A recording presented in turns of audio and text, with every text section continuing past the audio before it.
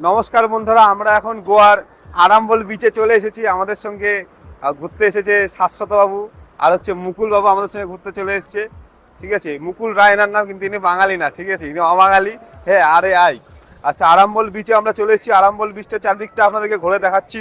আর আমি নতুন এই গিনারও যে মাইকটা কিনেছি, মাইকটাও এখান থেকে টেস্টিংয়ে হয়ে যাবে। পেছন দিক থেকে দেখা যাচ্ছে সূর্য।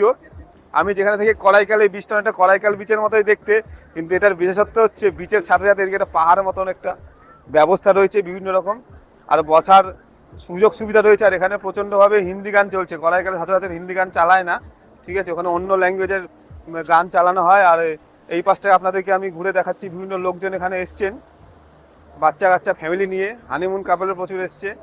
আর